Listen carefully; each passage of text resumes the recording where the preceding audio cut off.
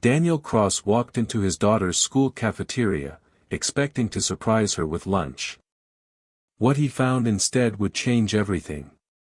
His 7-year-old daughter, Lily, was on her knees, picking food off the cold floor with trembling hands. A boy stood over her, laughing. A teacher watched from 10 feet away, arms crossed, doing absolutely nothing. Daniel didn't yell. He didn't charge. He just stared. Because in that moment, a father's worst nightmare became real. And a promise he made to his dying wife shattered in front of him. What happened next brought 200 Iron Riders to that school's front steps. But they didn't come for revenge. They came for something the town never expected. Before we continue, please subscribe to the channel and let us know where you are watching from in the comments. Enjoy the story. It was a cafeteria that smelled of industrial cleaner and overcooked spaghetti. The kind of place where noise and fluorescent light conspired to make everything feel both small and permanent. The lunch rush had ended. Most of the children were already back in class. But in a corner near the emergency exit, a scene was unfolding that no child should ever have to face. Lily Cross, 7 years old, with her mother's brown eyes and her father's stubborn jaw, was on her knees. Her pink lunch tray lay upside down against the wall, its contents scattered. A bruised apple, a crushed sandwich, a carton of milk spreading white rivers across the tile. Standing over her was Tyler Brooks, 12 years old, broad-shouldered, smirking like someone who thought cruelty a kind of talent. "You people don't deserve real food," he said. "Pick it up. That's what you're good at." Lily didn't answer. She had learned the economy of silence. How it could make danger pass for peace. She reached for a soggy piece of bread, her hands trembling so badly she could barely hold it. 10 feet away, Mrs. Patricia Kane, the cafeteria supervisor, stood with her arms crossed. She watched. She waited. She said nothing. The door swung open and Daniel Cross pushed through. He was 44, 6 feet 2 inches, with a salt and pepper beard and a leather vest that announced his allegiance. Iron Riders, Oklahoma chapter. He'd come to surprise his daughter with a grilled cheese from the diner on Highway 17. The kind of small comfort ordinary families keep for one another. The sandwich slipped from his hands when he saw her. His body tightened. Every fiber demanded something fierce and immediate. He imagined crossing the room, seizing Tyler by the collar, the quick physics of punishment. But Lily looked up. Relief was not there. There was shame, the kind that makes a child look as if she is the one who's been found wanting. "Daddy," she whispered. "He keeps doing this. He kicked my tray again. Again." The word struck him like a bullet. He turned his gaze to Mrs. Kane. Her arms uncrossed. Her posture went brittle. "Mr. Cross," she said, voice thinly calm. "Children will be children. Lily needs to learn to stand up for herself." "How long?" Daniel interrupted. "Excuse me. How long has this been happening?" Mrs. Kane's silence answered more plainly than any confession. Daniel did not shout. He did not threaten. He knelt beside Lily and began to help her pick up the food. "It's okay, baby girl," he murmured. "I'm here now, and this is never ever going to happen again." He meant it, and he did not yet know how large that promise would have to be. Now, you might be thinking, an Iron Rider finds his daughter humiliated, and his first move is to help her pick up food. That is not the story you expected, is it? What Daniel understood though was this. Brute force might satisfy in the moment, but it would not change the thing that hurt her. To truly protect Lily, he would need something far more powerful than fists. He would need the truth. And the truth, as he was about to discover, ran deeper than a single bully and one complacent teacher. Before the cafeteria, before the scattered lunch tray and the trembling hands of a little girl trying to make herself small, there was another life, a quieter one, warmer, shaped by desert light and the steady hum of motorcycles. 18 months earlier, Daniel Cross lived in Tempe, Arizona with his wife Sarah and their daughter Lily. It was an ordinary life in the way that the most precious ones are. A small home, a familiar neighborhood, routines built on love rather than luxury. Sarah had once been a nurse, but she traded the frantic rhythm of hospital corridors for the soft glow of a bakery kitchen, opening a small shop that smelled always of cinnamon and cardamom. Daniel ran a motorcycle repair shop, working shoulder to shoulder with the Arizona chapter of the Iron Riders, a brotherhood he'd ridden with for 15 years. They weren't wealthy, not by any stretch. But happiness came easily to them. Lily grew up surrounded by leather-clad uncles who treated her like royalty, lifting her onto their shoulders and calling her princess, teaching her to pedal her tricycle and formation as if she were part of the pack. She laughed often loudly, filling rooms with a brightness that seemed impossible to dim. And she was stubborn in the most endearing way, determined, bold, unmistakably her parents' daughter. Then Sarah started coughing. At first it was nothing. A winter cold. They thought a bit of desert air dryness. But coughs became fits. Fits became exhaustion. Tests were run. And then came the words that hollow out a family in an instant. Stage 4 lung cancer. She had never smoked a day in her life. The doctors gave her 8 months. She lasted 6. On the night she died. The house was quiet except for the sound of her struggling breaths and the soft hum of machines that offered no hope. She held Daniel's hand. Her grip weak but urgent. And she made him promise one thing. Protect her. Whatever it takes. She's going to need you to be her everything now. Daniel had never broken a promise to his wife. He wasn't about to start. After the funeral, Arizona became too heavy to breathe in. Every street corner carried a memory. Every room reminded him of what he'd lost. His brothers in the Oklahoma chapter saw the toll and offered him something simple but life-saving. A fresh start.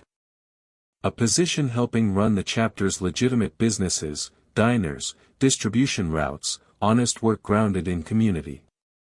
Daniel accepted.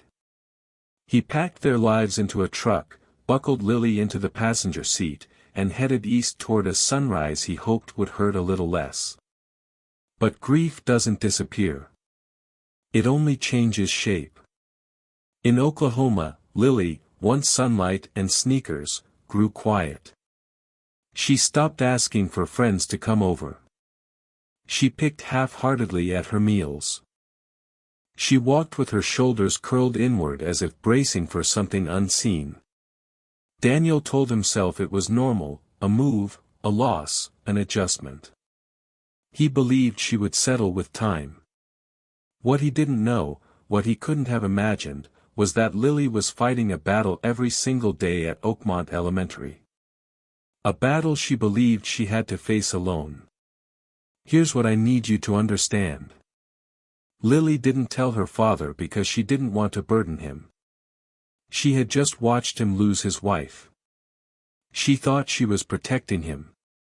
And if that breaks your heart the way it broke mine when I first learned this story, let me ask you to do something simple. Drop a comment that says protect Lily because the next part of this story shows how an entire community failed her. And I want to see how many of you refuse to look away. Let's keep going.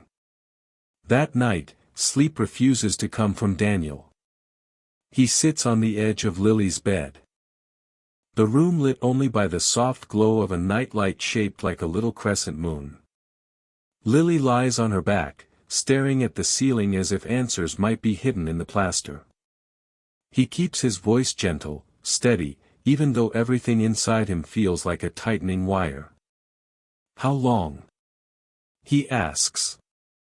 There is a long pause. Too long for a child who should never have had to measure silence like this. Finally, in a voice thin as paper, she says, "Since the first week." 5 months. 5 months his daughter had been tormented while he made breakfast, packed her bag, told her to have a good day. 5 months of quiet suffering that he mistook for grief or shyness or the lingering weight of a move she never asked for. "Why didn't you tell me, baby girl?" His voice fractures on the question. Lily turns her head toward him. Her eyes shine with tears, but she doesn't let them fall because Mommy said you protect me, and I didn't want you to fight. I didn't want you to get in trouble. I didn't want to lose you, too. The words hit him harder than anything Tyler Brooks could deliver with fists. Guilt and love crashed together, swallowing him whole. His little girl, trying to protect him from her pain, thinking that asking for help might cost her the only parent she had left. He gathers her into his arms, holding her with a careful, desperate tenderness. "You're never going to lose me, Lily. Never. But I need you to tell me everything. Every single thing. Can you do that?" She nods against his chest, and she does. What comes out next is not a story. It's a confession engraved by fear. Tyler Brooks didn't just bully her. He curated her suffering. He called her orphan girl, biker trash, dirty boots. As though cruelty were a language he'd been raised in. He tripped her in hallways, knocked books from her arms, and once poured water onto her chair so she'd have no choice but to sit in humiliation. The lunch tray, that wasn't a one-time cruelty. It was his favorite act. He'd wait for her to sit down, then pass by with practiced timing, sending food and dignity scattering across the floor. Lily learned to eat quickly in hidden corners, hoping he wouldn't find her that day. But what made Daniel's blood turn cold wasn't Tyler.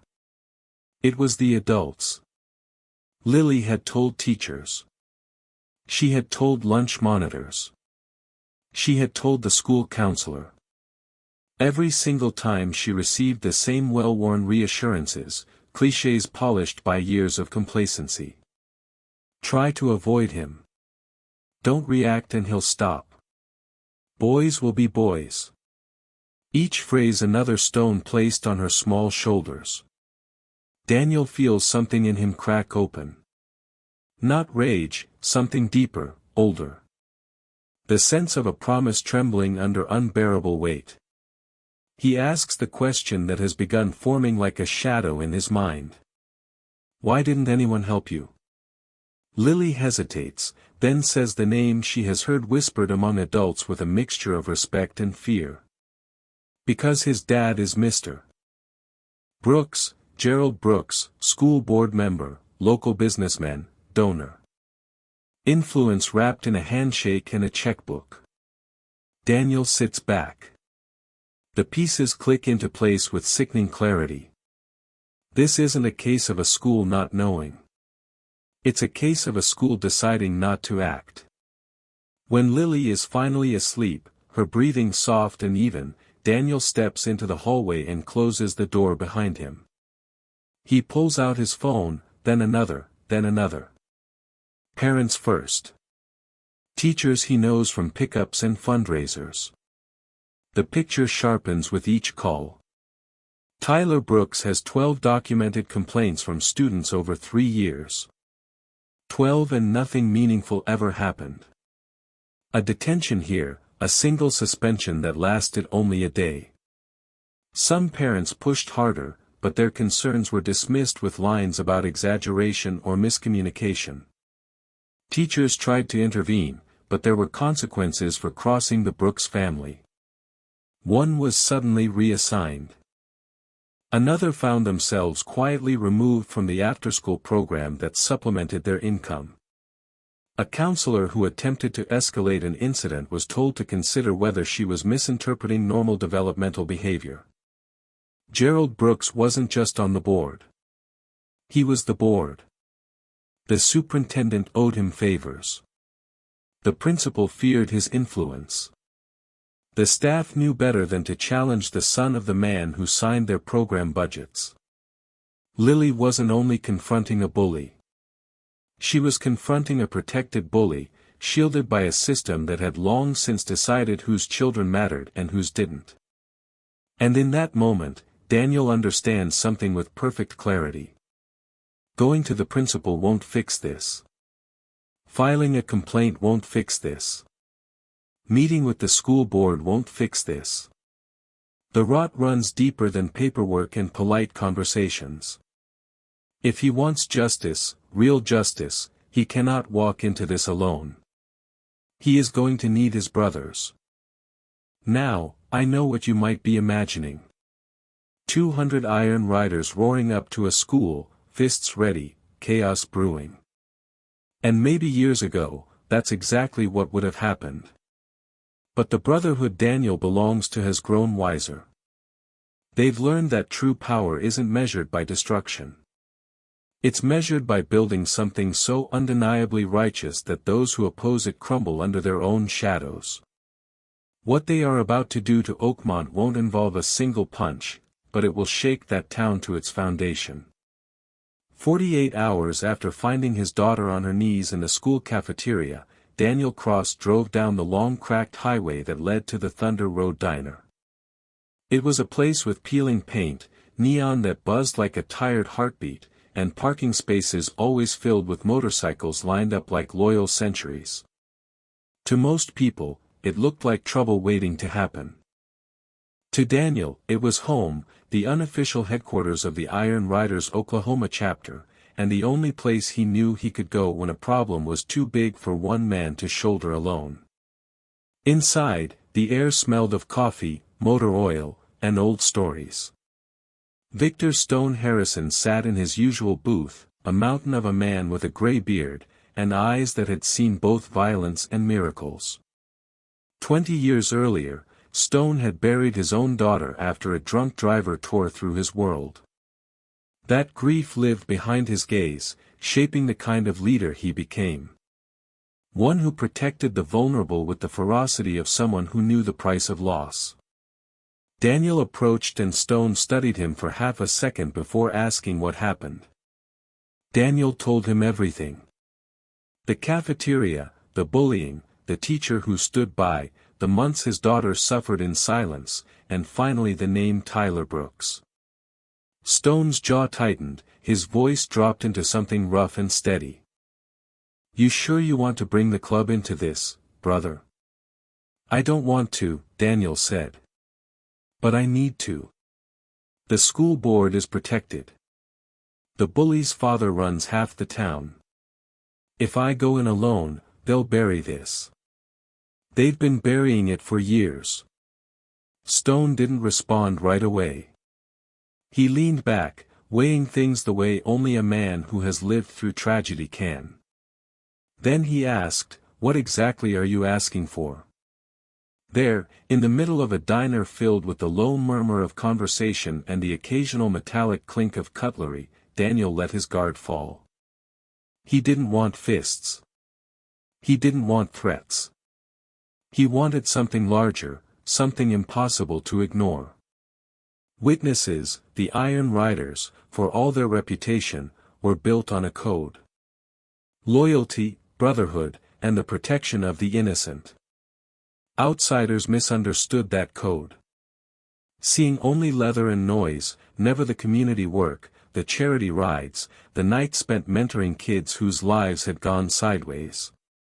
This chapter had changed. They'd grown.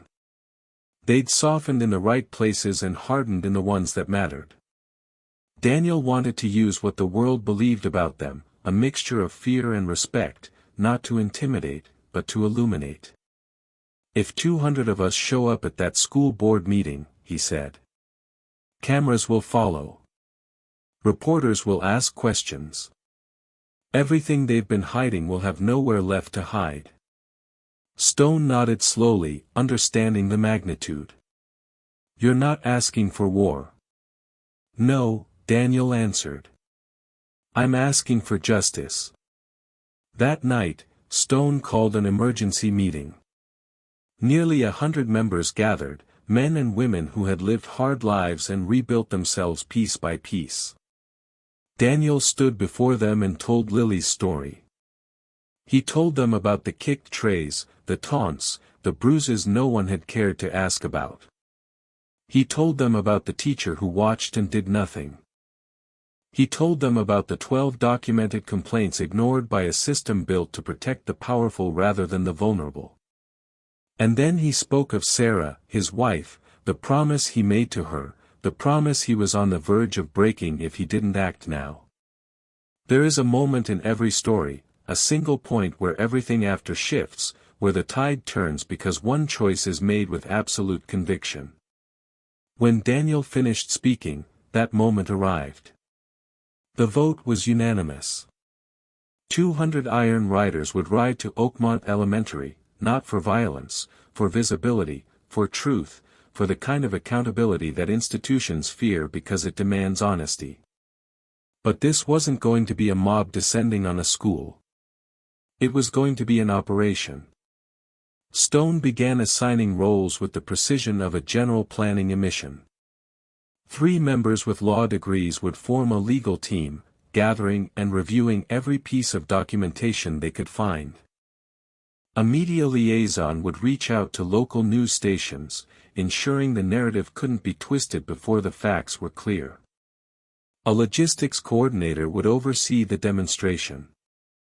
Mapping routes, ensuring compliance with local laws, preventing even the appearance of aggression. And a select group would take on the most delicate job of all, speaking to other children and families, gathering testimonies from anyone else who had been silenced by fear or influence. This wasn't rage. This wasn't retaliation. This was strategy. Now, before we go any further, I want to pause for a moment. If you've made it this far, you're invested. You care about Lily. You want to see Tyler Brooks held accountable. You want to see justice reach the adults who let this happen. Am I right?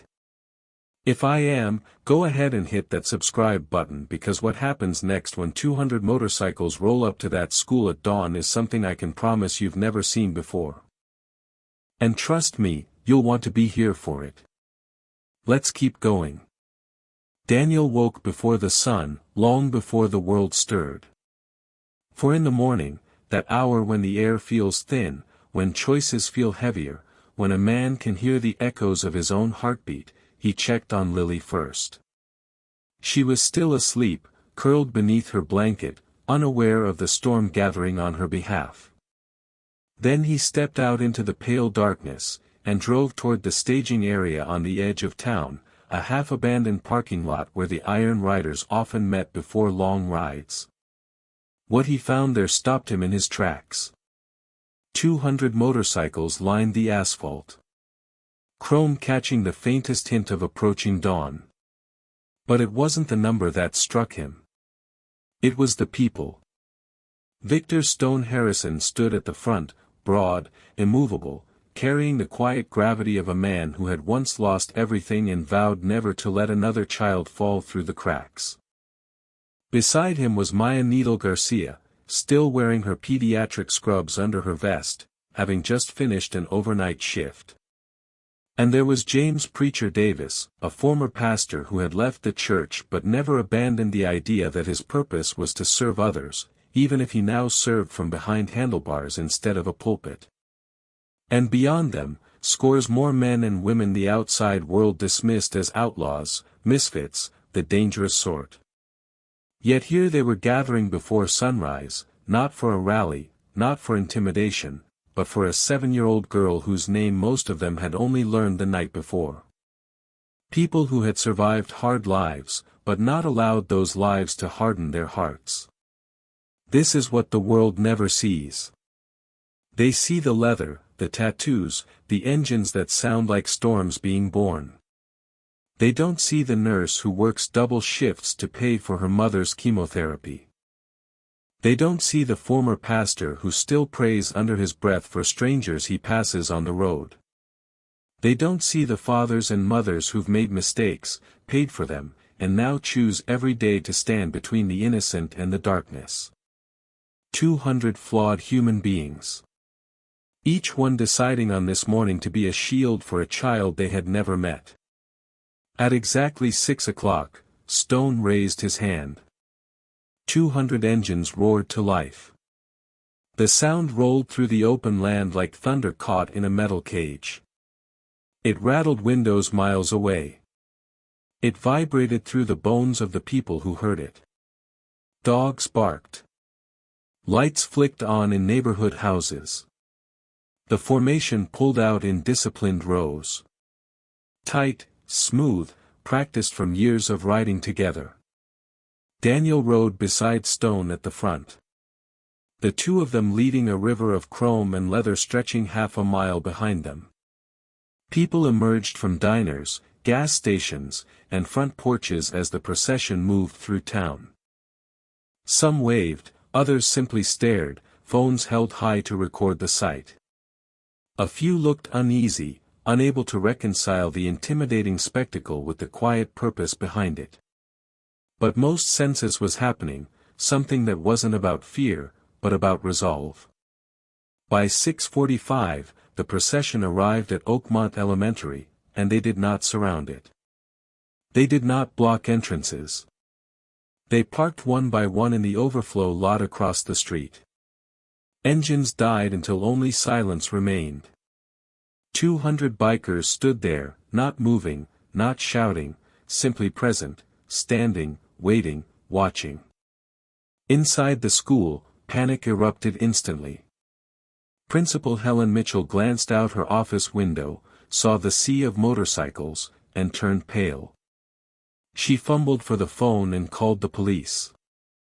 "There's a gang outside," she blurted. "Hundreds of them. I need officers here now." 4 squad cars arrived within minutes, lights flashing in the dawn. Sheriff Thomas Parker stepped out, hand resting near his belt, eyes taking in the scene with a mixture of suspicion and curiosity.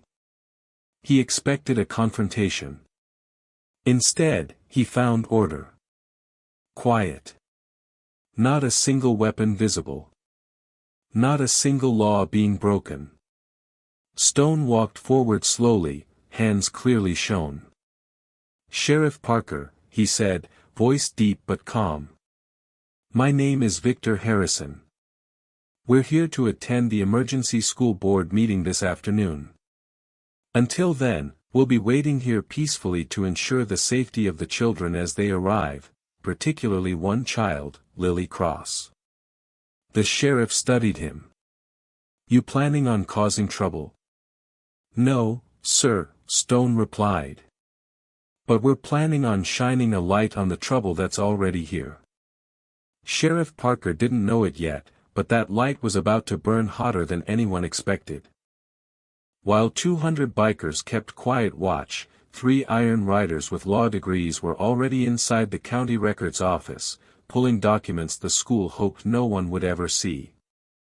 And what they found would turn this from a bullying complaint into a full-blown scandal. But that comes later. First, we need to talk about what happened when Lily arrived at school. Lily woke to a silence so unfamiliar that for a moment she thought she'd overslept. Most mornings began with the soft rumble of her father's motorcycle pulling away from the house, the sound fading into distance as he headed to the diner. But today, the house was still. She padded into the kitchen and found Daniel already dressed, leaning against the counter as though waiting for her. "Daddy, aren't you going to work?" "Not today, baby girl," he said gently. "Today I'm taking you to school myself." It was a small sentence, but it landed with a weight she didn't yet understand. For months, she'd grown used to moving through mornings with dread sitting heavily on her chest. Today, that dread loosened its grip. Her father's jaw was set, his posture steady. His eyes, tired, yes, but watchful, held a certainty she hadn't seen since before her mother died. On the drive, Lily held her backpack tightly to her chest. She still didn't know what was happening, but she could feel it. Something had shifted when they turned the corner toward Oakmont Elementary. She saw them. The motorcycles, the rows of leather vests, the unmistakable silhouettes of riders standing like a silent wall of protection. "Daddy, is that?" Daniel nodded. "Those are my brothers, sweetheart. And my sisters, they're here to make sure you're safe." When they parked, Daniel took her hand and walked her toward the front doors. And then something happened that would etch itself into her memory for the rest of her life. As she passed each biker, they straightened, not with intimidation, but with honor. Some nodded in quiet respect. Others pressed a hand to their hearts. Maya Needle, Garcia stepped forward, dropped to a knee so she was eye level with Lily, and smiled gently. "You must be Lily," she said. "I'm Needle. I'm a nurse, and I want you to know something. You are brave. What you've been going through would break most grown-ups, but you're still standing. That makes you one of us." She placed a small pin in Lily's hand. A guardian angel with tiny wings warm from Needle's palm. "Wear this today. And whenever you're scared, remember you've got 200 people out here who've got your back." Lily pinned it to her sweater. And when she walked into school, her shoulders were no longer curled inward. For the first time in months, she didn't feel alone. Within minutes, whispers rippled through the hallways. Teachers peeked through blinds. Students exchanged wide-eyed looks. For 5 long months, Lily had been invisible except to those who heard her. Now she was unmistakably seen. And in that visibility, something else happened. Other children began to step forward. By second period, 3 students approached her carefully. "Is it true?" one whispered. "All those bikers, they're here for you. They're here for anyone who needs them," Lily said, repeating her father's words. By lunchtime, 6 more kids had come to her. They too had stories. Tyler Brooks had tormented half a dozen children. And he wasn't alone. Oakmont had a culture of cruelty that thrived in silence, protected by adults who chose convenience over courage. Let's pause and talk about Tyler Brooks. Because understanding a villain means understanding the soil he grew from. Tyler wasn't born cruel. He was taught.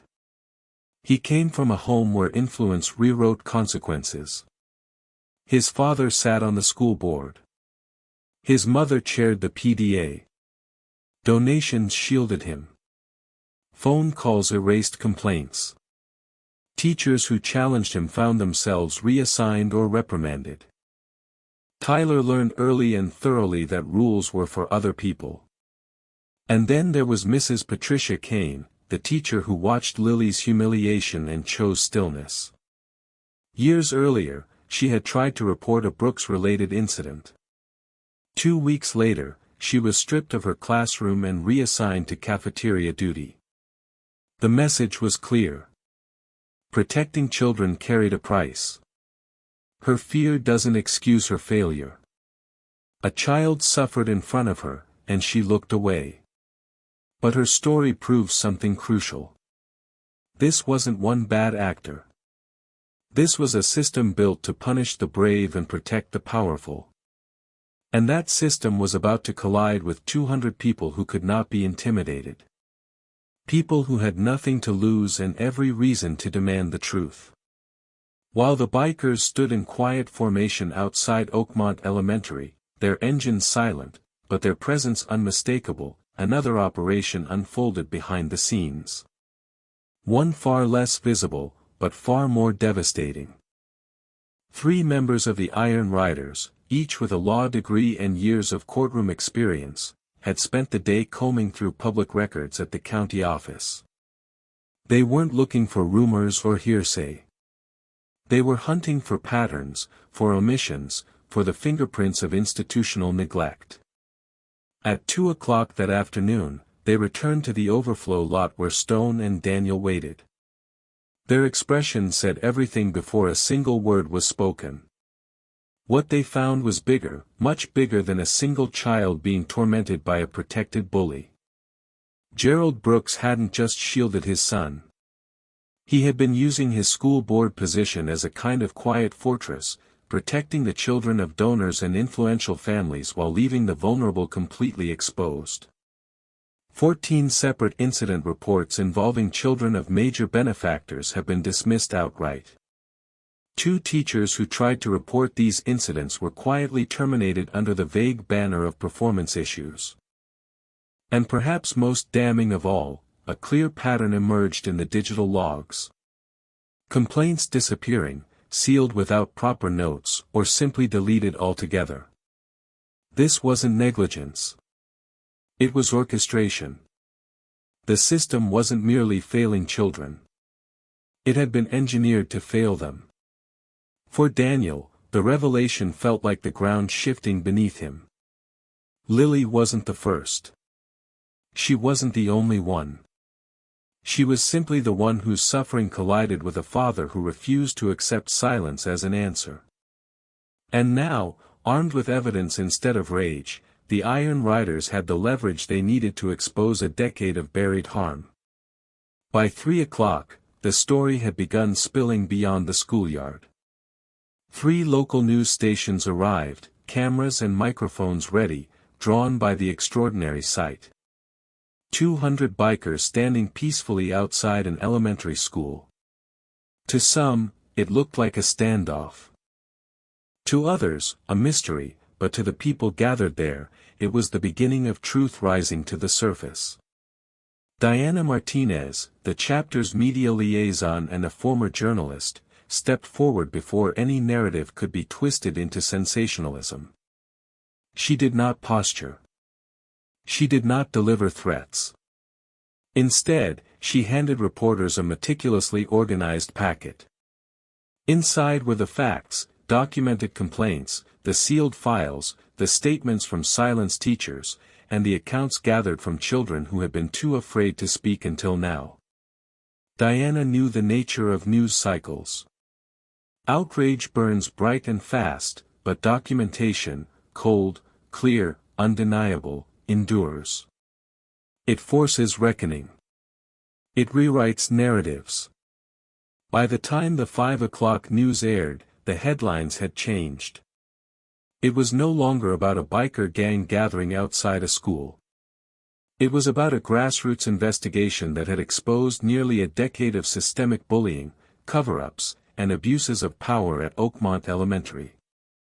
The cameras showed leather vests, yes, but they also showed binders of evidence, statements from parents, and the faces of children who finally felt seen. Before we move forward, let me ask you something. How many adults do you think witnessed the cruelty at Oakmont, the bullying, the dismissals, the way power insulated itself and chose silence? How many of us in our own lives look away because speaking up feels risky? If you've ever stayed silent when you knew something was wrong, say so in the comments. It takes courage to admit that, but it takes even more courage to choose differently the next time. Now with evidence in hand and the public watching, it's time to see what happened when the school board was forced to face the truth. By 6 o'clock that evening, the tiny Oakmont school boardroom meant to seat 50. Felt like the eye of an oncoming storm. 300 people pushed into the hallways, filled the doorways, spilled out onto the sidewalk. Parents, teachers, students, reporters, and 200 Iron Riders standing shoulder to shoulder in their clean shirts, polished boots, and leather vests. They hadn't come to intimidate. They'd come to witness, to speak, to make sure the truth could no longer be buried under paperwork and influence. Gerald Brooks sat at the center of the board table, jaw clenched tight, knuckles pale where his hands gripped the edge. He had expected anger, perhaps a few parents raising their voices, perhaps some uncomfortable questions. He had not expected a community rising in unison. He had not expected 200 bikers standing silently in support of the children. His system had failed. The board members exchanged uneasy glances, their confidence thinning by the minute. The meeting opened with procedural language, community concerns, safety protocols, recent events, but the air in the room pulsed with something far more human, far more urgent. And then the testimonies began. A mother stood first. Her voice cracked as she described how her son had been shoved into lockers for months, how she had filed reports that mysteriously disappeared, how she had been told to give it time. Another parent followed, and another. Years of ignored pleased into the room like water flooding a broken dam. There were tears, trembling hands, the shaking breath of people who had carried their children's hurt in silence. Then came the students. A 12-year-old boy named Carlos stepped up to the microphone, glasses repaired with tape after Tyler Brooks snapped them in half. He told the board how Tyler had called him slurs, how the counselor had suggested he consider whether he was doing something to provoke it. His voice wavered, but he did not back down. The room held its breath for him. Next came two former teachers invited by the Iron Riders legal team. They testified to things the district hoped would never resurface: pressure to modify grades for the children of donors, warnings not to discipline certain students, sudden terminations after they refused to play along. Their words were steady but heavy, the kind that leave a mark. And then Daniel Cross rose. He stood without theatrics, without raising his voice. But the room stilled, as if every person there knew something essential was about to be said. "My wife made me promise to protect our daughter," Daniel began. "I thought that meant keeping her fed, keeping a roof over her head, teaching her right from wrong. I didn't realize it would mean fighting an entire system that had decided she wasn't worth protecting." He paused, letting the truth settle like dust across the room. "My daughter spent 5 months eating her lunch off the floor because a boy 3 years older than her thought it was funny. And the adults who were supposed to protect her, the teacher, the counselor, the principal, this board, you looked the other way. Some of you are angry we're here. You think this is intimidation, but let me tell you something. Intimidation is what my 7-year-old felt every single morning walking into your school. We're not here to intimidate. We're here to say it stops. Tonight." When he finished, the silence was so complete it felt physical.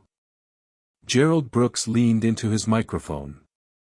His tone was icy, controlled. "Mr. Cross," he said, "I understand you're upset, but bringing a motorcycle gang to a school board meeting is hardly the appropriate way to address concerns.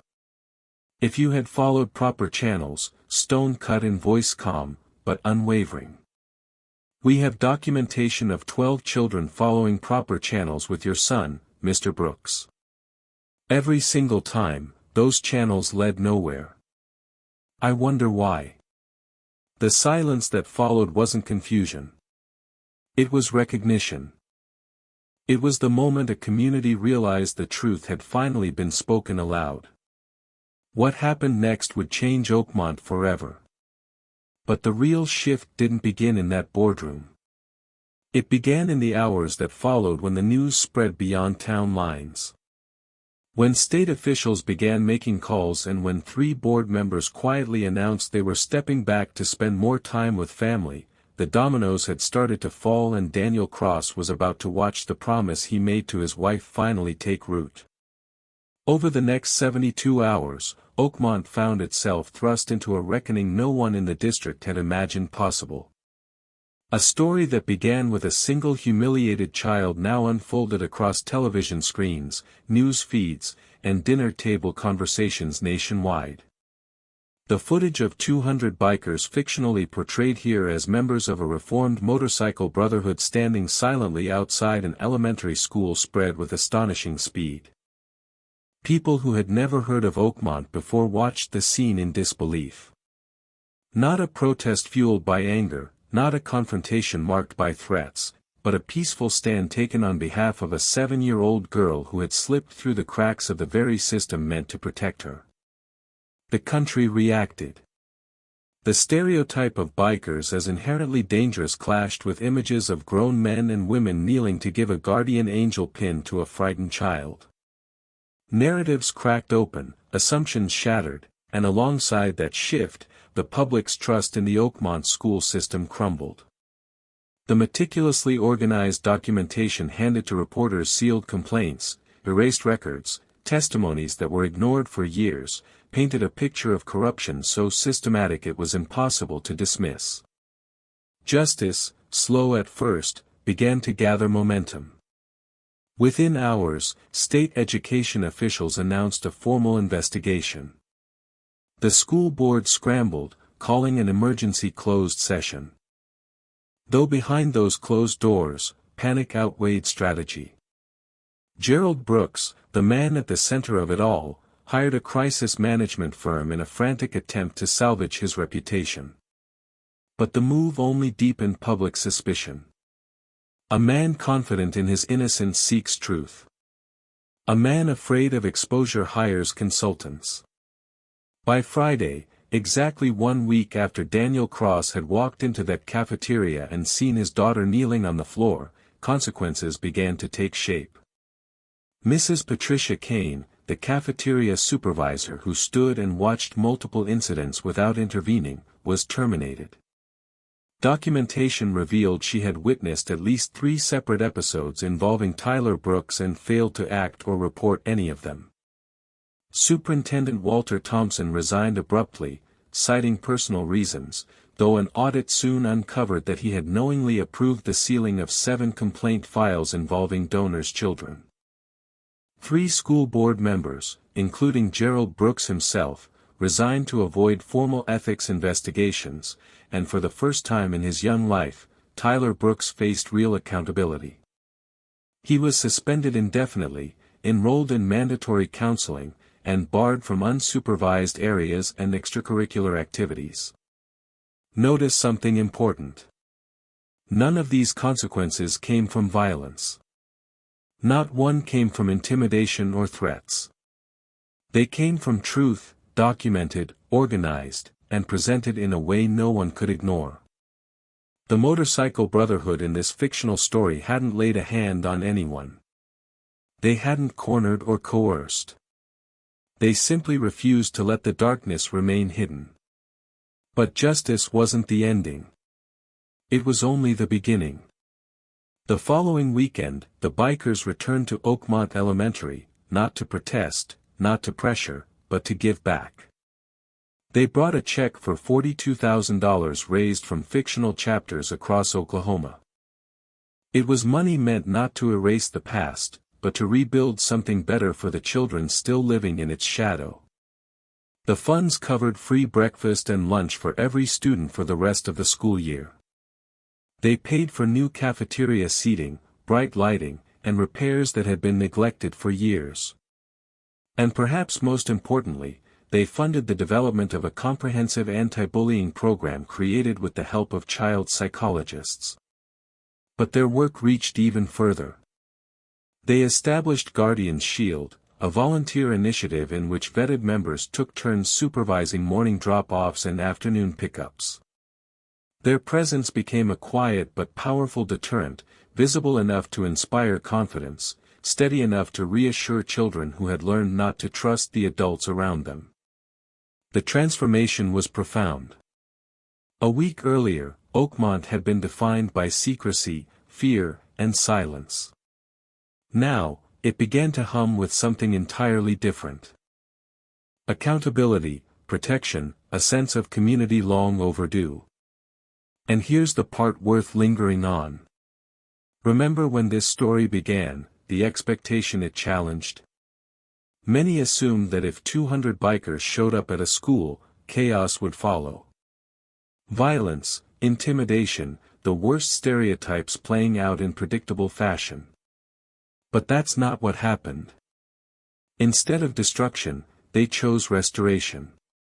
Instead of retaliation, they chose responsibility. They arrived ready to fight for a child, but discovered the strongest weapon they had was their ability to build, to support, to shine light where others had drawn curtains. This story didn't unfold the way anyone predicted. And that is precisely why it matters. Anyone can break something. Anyone can make noise, raise fists, or leave damage behind. But it takes real strength to rebuild what others have neglected. It takes courage to stand in the open, to expose the truth, to insist that children deserve safety, dignity, and the attention of the adults entrusted with their care. And when 200 people made that choice, Oakmont changed, its children changed, and perhaps in some small but meaningful way, the wider world watching changed, too. Because if they could do that, if people labeled as outcasts, rebels, or troublemakers could be protectors instead, then the question becomes something personal. If they could choose healing over vengeance, what could I do? What could you do? 2 weeks after the confrontation that shook Oakmont to its core, Lily returned to school. Not as the frightened, shrinking child who once slipped through hallways like a shadow, but as someone who finally understood what it meant to be protected. Healing hadn't erased what happened, but it had softened the edges of her fear. She walked through the front doors of Oakmont Elementary with her father beside her. The guardian angel pin still fastened to her sweater. Its wings caught the morning light, small but unmistakably present, a symbol not of defiance, but of belonging. The change was immediate. Children who once passed her without noticing now waved. A girl from her class offered her a shy smile. Even a teacher she had never spoken to before stopped and crouched to her level, asking, "How are you doing today, sweetheart?" For the first time in months, Lily didn't feel the need to look at the floor. She lifted her head and answered softly, "I'm okay." And she was not untouched, but supported, and that made all the difference. When lunchtime arrived, she did something that would have felt impossible only weeks earlier. She walked into the cafeteria and chose a table near the center of the room, not the corner near the emergency exit where she had once hidden, trying to make herself invisible. Today, she sat where anyone could see her, where everyone could see her. She opened her lunch slowly, not rushing, not bracing for a kick or a cruel laugh. 3 students approached, 1 girl, 2 boys. They didn't look nervous this time. They looked hopeful. "Can we sit with you?" one asked. Lily nodded. She didn't have to force a smile. It came naturally, a quiet bloom of warmth in her chest. As they ate, the conversation was simple, gentle, nothing extraordinary. But for Lily, it felt monumental. This wasn't pity. It wasn't sympathy. It was connection. Real human connection. The kind she had been starved of for months. And as she listened to them talk about homework and pets and weekend plans, something loosened inside her. For the first time in a long while, she felt like a child again. Healing rarely announces itself with fanfare. It happens in small shifts. In the way shoulders start to relax. In the way breathing feels less tight. In the way a child chooses a seat in the middle of a room instead of hiding in the shadows. Lily's healing began that day, one moment at a time. That evening, after dinner, dishes were washed and the sun had begun melting into the horizon. Daniel and Lily settled onto their porch swing. The Oklahoma sky was strewn with colors so vivid they almost looked painted. Deep orange, dusty rose, and a fading purple that signaled the night's slow approach. Somewhere far off, a motorcycle engine rumbled, faint, familiar, comforting. Lily leaned against her father's side, swinging gently. For a while, neither spoke. The quiet between them wasn't heavy or strained. It was peaceful, something they both needed more than they knew. Then Lily said softly, "Daddy, yeah, baby girl, are we safe here now?" Daniel wrapped an arm around her and held her close. That simple question carried every ounce of fear, exhaustion, and longing she had carried in silence for months. He felt it settle into him like a stone. He thought about everything that had happened, the panic, the rage he'd had to swallow, the community that rose beside him, the moment the truth finally broke through years of neglect. He thought about 200 people standing in the cold for a child they'd never met. Simply because doing nothing was no longer an option. "We're safe," he said gently. "Nobody's going to hurt you again. Not while I'm alive. Not while my brothers and sisters ride with me." Lily let her head rest fully on his side, trusting him in a way she had been too scared to trust anyone for far too long. For a moment, Daniel thought the night might end on that note. A quiet closeness, a breath shared between father and daughter. But then she spoke again, even quieter than before. "I miss Mommy." The word struck him in a place beyond language. Grief, after all, never truly leaves. It simply finds quieter ways to sit beside you. His throat tightened, his voice nearly failing as he answered. "Me too, baby girl." Every single day, Lily lifted her gaze toward the emerging stars. Do you think she saw what happened? Daniel followed her eyes to the sky. The first stars flickered through the fading light, distant and steady.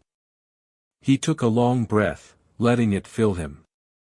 "I think," he began, his voice thick with emotion. "I think she always knew you had an army. She just didn't know it would be wearing leather." Lily pressed closer, a soft, contented sigh escaping her. She didn't ask anything else. She didn't need to. The swing continued its slow, rhythmic creaking, moving back and forth like the heartbeat of a home finally healing. And for the first time since Sarah's passing, Daniel felt a sense of peace settle over them. Fragile, but real. His daughter was safe. She was seen. She was surrounded by people who would not allow her to disappear into silence again. In that moment, under a sky scattered with stars, Lily Cross, once a child trembling over a scattered lunch tray, finally felt protected enough to simply be a child again. A year passed and Oakmont Elementary was no longer the school it had once been. The hallways felt lighter, not because children had forgotten what happened, but because the adults in charge finally understood their responsibility and lived up to it. Bullying reports dropped by 78%, not due to silence or fear, but because complaints were taken seriously, investigated thoroughly, and addressed with real consequences. For the first time in years, students felt safe raising their voices. And when they did, someone finally listened. The Guardian's Shield program, born from a moment of crisis, became something far greater than anyone expected. Its rotating group of vetted volunteers became a daily presence, a reassurance to children who once walked into school with dread. Other Oklahoma districts took notice. Soon, 3 of them began studying Oakmont's model, hoping to replicate the sudden and dramatic shift in school culture. The transformation of Oakmont became a quiet beacon, proof that community action could accomplish what bureaucracy had repeatedly failed to do. As for the people at the heart of the storm, their paths diverged. After intensive counseling and a transfer to a smaller private school, Tyler Brooks began confronting the consequences he had been shielded from his entire life. At 15, he wrote a letter unprompted to Lily. It wasn't eloquent, but it was sincere. An apology shaped not by his parents' influence, but by the weight of accountability he finally felt. Gerald Brooks, stripped of his position and his reputation, sold his business, and moved out of state. He never again held a public office. His departure was quiet, almost invisible, but Oakmont felt the absence of his shadow immediately. Teachers began teaching without fear. Administrators began enforcing rules without checking donor lists first. Mrs. Kane found employment at a private company. Whether she carried forward the lesson of her silence, no one could say. Some wounds are invisible and some transformations are private. But in Oakmont, her name became a reminder of what happens when fear wins over courage. And Daniel Cross, who once walked into a cafeteria and saw his daughter on her knees, continued running diners with his chapter. But on the first Monday of every month, without fail, he drove to Oakmont Elementary, signed in at the front office, and sat cross-legged among first graders to read them stories. He never missed a month, not once. Some of the students knew him as the man with the leather vest and the soft voice. Others knew him simply as Mr. Cross, the reading guy. For Daniel, it wasn't duty. It was a promise, one he had made long before the town discovered who he was. And Lily. She turned 9. Her world had expanded again, this time in all the right ways. She played softball, laughing when she missed a catch, cheering when someone else made one. She had 3 best friends who filled her days with jokes, whispered secrets, and the kind of uncomplicated joy that had once seemed out of reach. She kept the guardian angel pin in a little box on her dresser and wore it on special days, picture day, her birthday, the first day of school, when she wanted to feel close to the people who had stood for her. One afternoon, a new student arrived, a shy boy from Kansas who sat alone at lunch, shoulders hunched the way hers once had been. Lily spotted him instantly. She walked over, set her tray down beside him, and said in a gentle voice that held more understanding than most adults could muster, "I'm Lily. Want to sit with us? It can be scary here at first, but you're not alone." The boy hesitated, then nodded. And just like that, the cycle turned.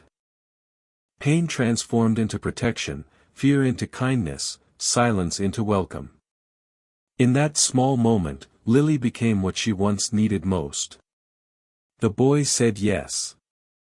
In the end, after all the noise had settled, after the headlines faded and Oakmont returned to the rhythm of ordinary days, there remained one final question. The one every story must eventually ask. What does it all mean? Because this wasn't only the tale of a father and his daughter. It wasn't just about corruption being exposed or a community rising to confront its own failures. No. Beneath every moment, beneath every decision Daniel Cross made, there lived a deeper truth about courage, about responsibility, and about the cost of silence. Here's what I want you to take from this story. Daniel could have done exactly what the world expected him to do.